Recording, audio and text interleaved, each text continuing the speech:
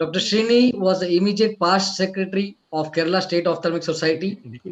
He is the medical director of Comtrust Charitable Eye Hospital, and he is known for his various national and international publications and presentations at various forums. And the landmark what he created was conducting 38 camps in the state of Kerala for the flood victims in the year 2008. That was a remarkable landmark camps conducted by Dr. Srini in a single day, 38 camps in Kerala for the flood victims in 2018. So that's great, Srini. Over to you. I hope your audio is audible now. You have to unmute yourself, Srini. Yeah. Can you hear me now? Yeah, now you're audible. Yeah. Good. Great.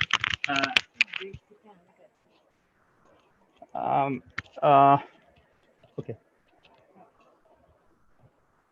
You can start sharing your screen, Srini. Yeah. Okay. Thank you, AIOS, for this opportunity. Thank you for the introduction, Dr. Amit. So basically, I'll be sharing my experience on managing a few of the cases which were not really happy post-operatively. My cases and the cases that I manage in the OPD. This patient, post-cataract surgery, had a very good vision, absolutely quiet eye, operated elsewhere. Though the patient had 6/6, the patient was constantly complaining of poor vision. And his complaint was the intraocular lens has not been put. And he says that surgery has not been done properly. See, the basic issue here was that the surgeon was constantly on phone during surgery. So, from whatever Tamil he could understand, he's basically Malayali, had gone to Tamil Nadu to get it operated. From whatever Tamil he could understand, he got a word, "Automate," so which means won't put. So he understood that the surgeon is telling somebody that she's not going to put the intraocular lens in that case. And he's also worried that the surgeon was actually was not really concentrating on the surgery. So the patient is absolutely unhappy. So what could I do? So I had to take care of this patient and I had to protect the surgeon also. So while examining, I kept on commenting positively about the excellent surgical results, high quality of the intraocular lens put. I praised the skills of the surgeon, then explained regarding what is aphakia, pseudophakia. He can't see without an intraocular lens inside. With great difficulty, I could convince the patient that everything is okay with the eye. So, see, what is happening is that we are taking cataract as a very, well, we are trivializing cataract surgery. We are taking it as a routine procedure. And we see whatever good surgical results that you give, if the patient doesn't feel that you are actually taking good care of the patient, he'll never be happy. So this is another patient whom I operated 1 year back. So the patient came back to me 1 year after surgery. Vision was good, no ocular complaints at all, 6/6. But the patient had a stroke 6 months back. That is 6 months after the cataract surgery. And she says that the stroke happened because of my cataract surgery. See, I explained everything, like this is absolutely not possible, absolutely not possible. But I'm not sure that I could really convince the patient, because, see, I'm from North Kerala. See, our patients never talked or never complained like this to us. See, from her slang, because hundreds of slangs in Malayalam. So from a slang, I could understand that she is not from North Kerala. She was, in fact, from Central Kerala. And I called up Dr. Radharaman. He's a big-time surgeon in Central Kerala. He said he sees these sort of patients day in and day out. So he told me about one patient. See, the patient had a very good postoperative vision. But he is insisting that he didn't get any benefit from the surgery, though the hospital has made a good profit from the surgery. So no benefit at all. So Dr. Radharaman said, okay, I mean, you got good vision, right? You came for vision. Yeah, I got good vision, but I didn't get any benefit. So on repeated inquiry, he said, he says a shop. 1 minute left. So he gives like a stabilizer with the TV. See, he was expecting a similar benefit. So he didn't get that benefit, like free glasses, and he's not happy. See, that's a problem here.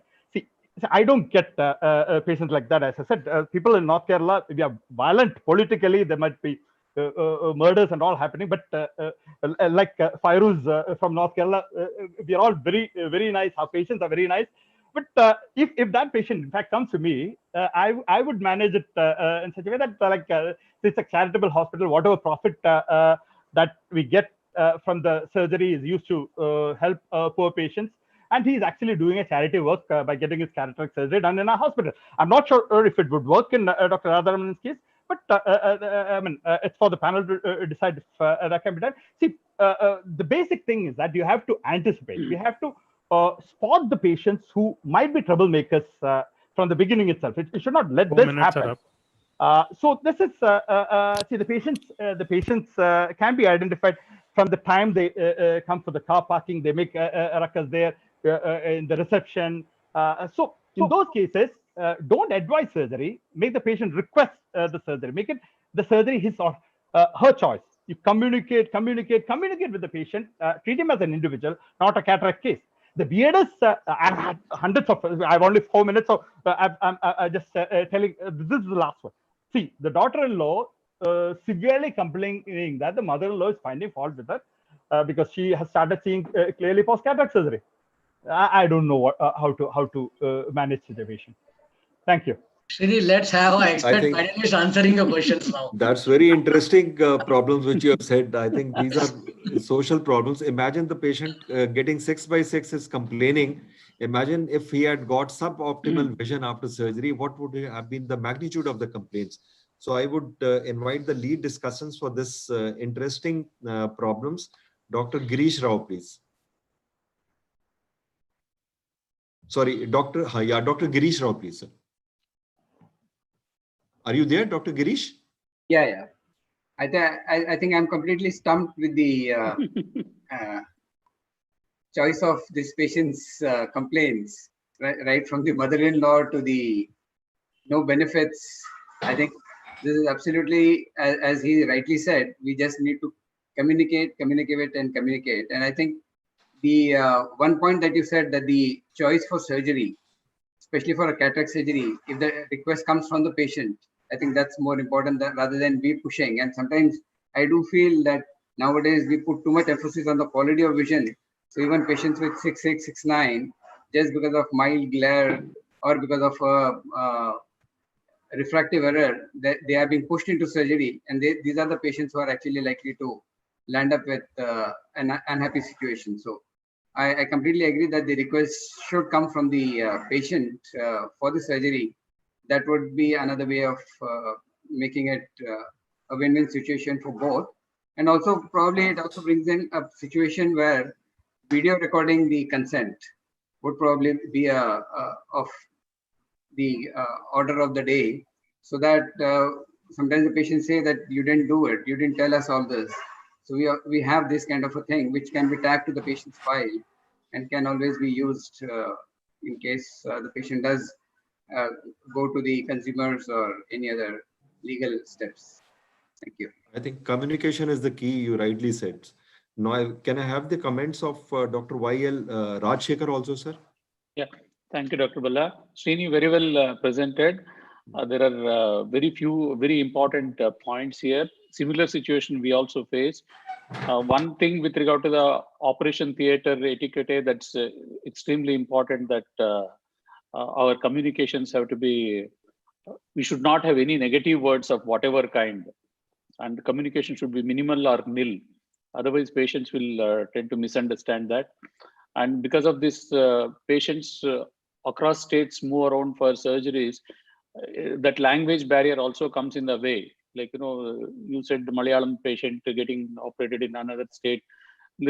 Probably surgeon thought she may not understand that language, and he was on his own.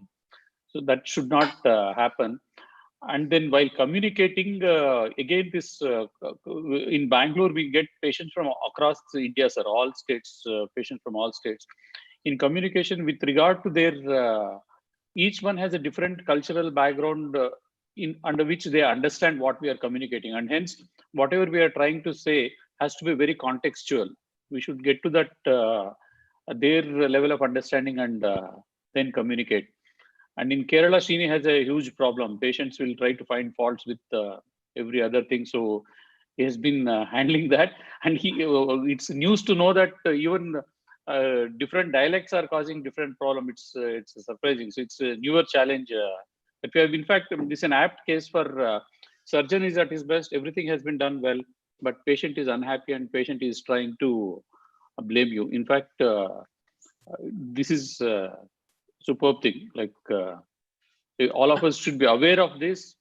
Should handle that. Should take preventive steps in that direction and educate everybody in the team. Such things can happen. One question to the panelists over here.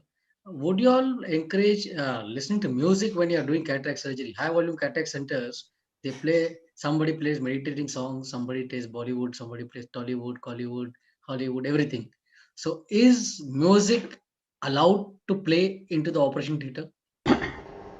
I think there's nothing like an allowed. I think you need to talk to the patient. If the patient is comfortable, then you do. And we have some surgeons in our system also who do that. They talk to the patient and then also explain to them the choice of songs. Either it could be a song or an instrumental or whatever. Because sometimes you also need to honor the religious aspects. So you cannot have a Hindu thing going on when you're so. But I think another important point is in terms of the etiquettes, where as an institutional policy, we do not allow mobile phones into the operation theater. I think either for the surgeon or for any of the assistants, any calls should be outside the theater.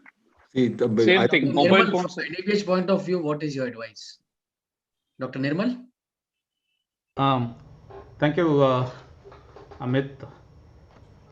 I think there is recently a paper on playing music in the theater to reduce patient anxiety. It does helps. And second way of looking at it, some patients do complain that doctor was listening to the music and the team was not focusing on the surgeries. In fact, there was a complaint in Tamil Nadu that during the surgery, doctor was listening to the music in mobile phone and not focusing on surgery and discussing with the team about some elections and not concentrating on surgery. So if you tend to get a bad result, the patient tend to equate that with the theater etiquette. Right? Somebody pointed out theater etiquette is very important, and we need to make, particularly most of our patients are under local anesthesia. They listen to each and every word, both positive as well as negative comments. The other way of looking at it is definitely need to have a public address system. So that gives you confidence that that PA system is working, and in case there is any issue, call code blue or code red. It's easy to contact your team members outside the theater.